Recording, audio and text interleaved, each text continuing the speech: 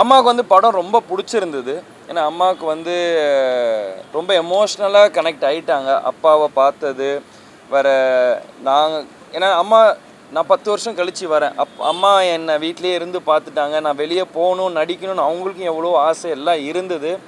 அதெல்லாம் தாண்டி இருந்தாலும் நான் அப்பா கூட இருந்தாகணும் அந்த சுச்சுவேஷன் இருந்தனால அம்மாவுக்கு வந்து ரொம்ப வருஷம் கழித்து என்னை ஸ்க்ரீனில் பார்க்கும்போது அவங்கள அறியாமல் அவங்களும் அழுதாங்க.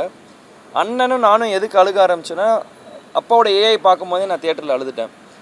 அதை அண்ணன் வெளியே பேசும்போது என்னால் கண்ட்ரோல் பண்ண முடியல. நான் அதனால தான் பின்னாடி அழுதுட்டு இருந்தேன். அண்ணன் என்ன பார்த்தோன்னே அண்ணன் அழுக ஆரம்பிச்சிட்டாங்க. ஸோ அதுதான் அந்த ரீசன். அப்பாவை வந்து அந்த பாட்டுலையும் திருப்பி மக்கள் எல்லாரும் அப்பாவை கொண்டாடுறதை பார்க்கும்போது எங்களால் அதை ரொம்ப நல்லா இருந்தது.